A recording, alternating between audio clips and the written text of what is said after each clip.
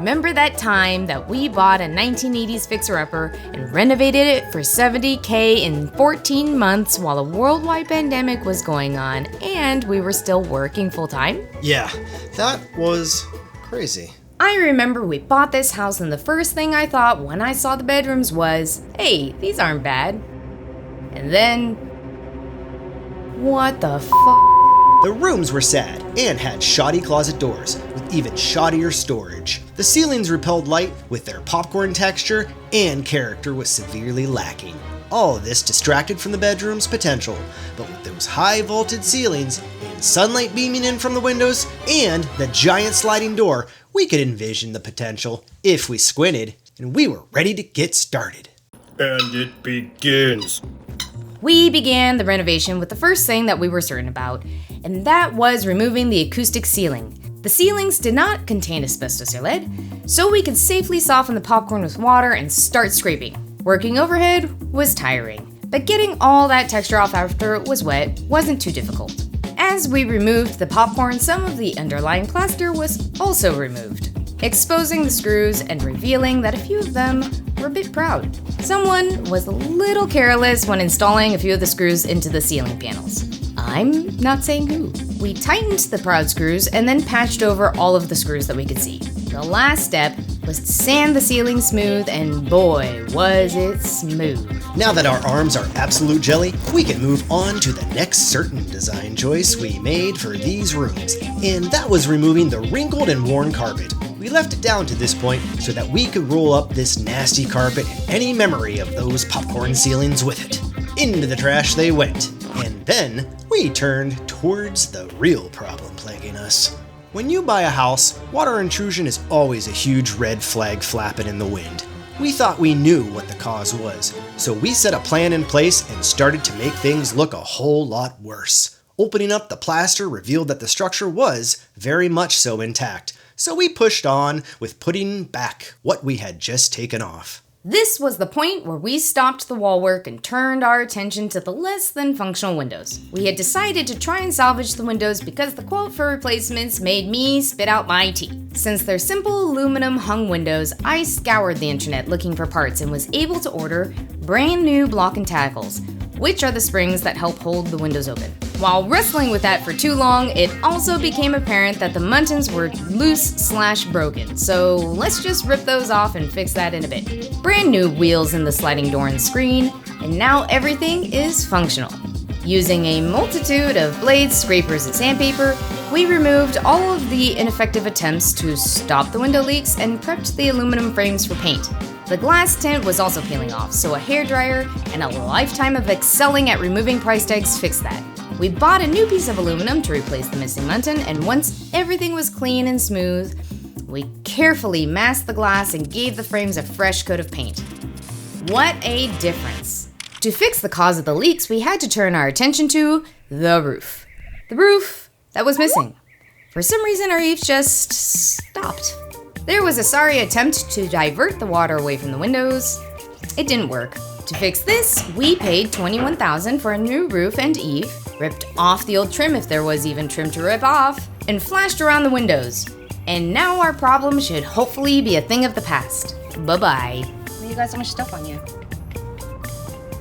Now that we can worry less about problems and dream more about potentials, we finally decided on what the accent of this room should be.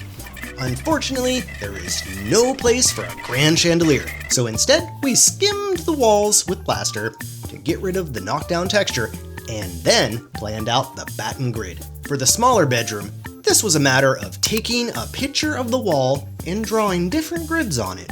Then we used a lot of math and laser work to get things perfect.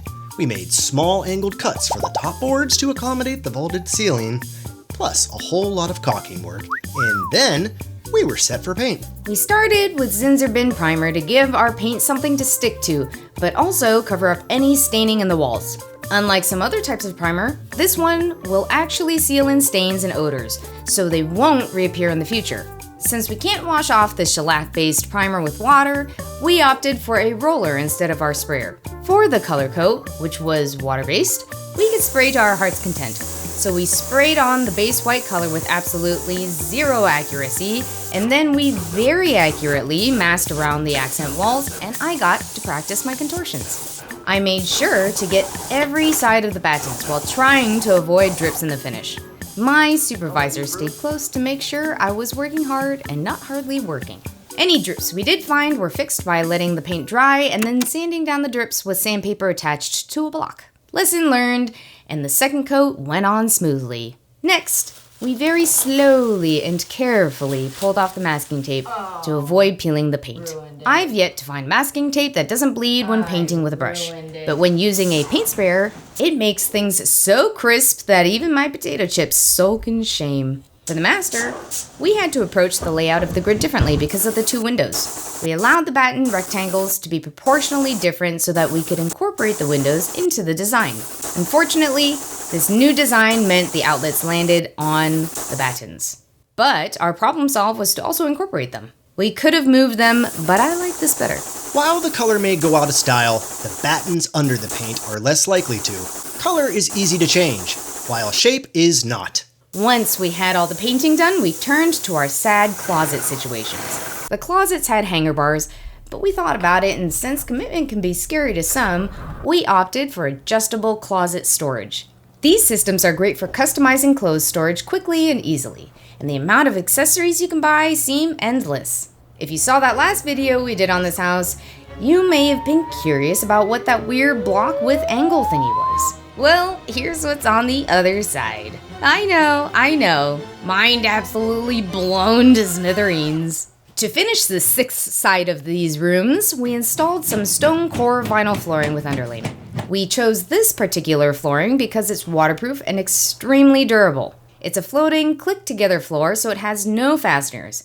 And having installed a real wood floor before, I gotta say, this floor was cake pieces, although my knees still hurt. Protect the patellas, people. We finished off the space with some new switches, outlets, and plates. Painted the doors, replaced the curtain rods, floor grates, knobs, pulls, hinges, and even the door stoppers that went boing with new shiny black hardware. New curtains that tickle the floor, and window coverings that don't have the pull string that gets caught in the shades all the time. And with that, we have a brand new set of bedrooms. We love the transformation these sorry old bedrooms made from haunted cave sleep spot to airy fresh bedrooms. After the pandemic, so many of us started using our bedrooms during the day as offices. So we wanted to make sure these bedrooms were nice and bright because it's hard to add more light. And blackout curtains solve the rest of the equation. While this renovation was no small task, sometimes you don't have to make drastic changes and start ripping out walls to completely change the style of a space. If you could renovate a room, which room would it be and why? There are many ways to renovate a bedroom, but this is just our 2 cents on how we turned these outdated 80s bedrooms into Farmhouse Modern style bedrooms. Thanks for watching. Bye. Bye! Check out our channel to see the next video in this series where we renovate the bathrooms of this house. Or check the description below.